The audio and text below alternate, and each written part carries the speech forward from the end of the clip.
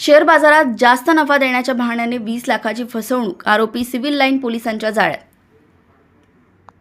4 जून रोजी फिर्यादी नामे योगेश अर्जुन जबंजाळ, वय वर्ष 32, राहणार विठ्ठलनगर चौक, मोरी उमरी, अकोला यांनी पोलीस स्टेशन सिव्हिल लाईन्स येथे तक्रार दिली की त्यांना अज्ञात व्यक्तीने फोन करून शेअर मार्केट ट्रेडिंगमध्ये गुंतवणूक केली की जास्त नफा मिळवून देईल असे आश्वासन दिले।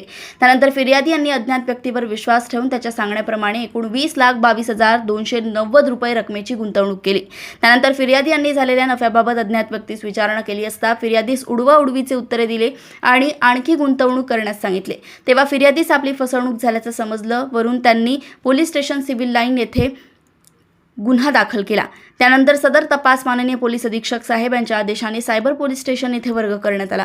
सदर गुन्ह्याचे गांभीर्य लक्षात घेऊन आधुनिक तंत्रज्ञानाचा वापर करून तसेच डिजिटल खुणा आणि तांत्रिक माहितीच्या आधारे आरोपीचा माग काढण्यात आला। 12 सप्टेंबर रोजी माननीय पोलीस अधीक्षक साहेबांच्या आदेशाने पोलीस स्टेशन सिव्हिल लाईन्स येथून पोलीस उपनिरीक्षक संदीप बलोद, यशवंत जायभाये व पोलीस सायबरचे पोलीस हवालदार प्रशांत केदारे, अतुल अजने व तेजस देशमुख आरोपी अटक कामी संभाजीनगर महाराष्ट्र येथे रवाना झाले। आरोपीचा शोध घेतला असता आरोपी नामे अल्ताफ अली उर्फ युनुस अली सय्यद, वय वर्ष 49, राहणार धनगर गल्ली, फुलंब्री, जिल्हा संभाजीनगर याला दिनांक 12 सप्टेंबर रोजी स्थानिक पोलिसांच्या मदतीने ताब्यात घेण्यात आले।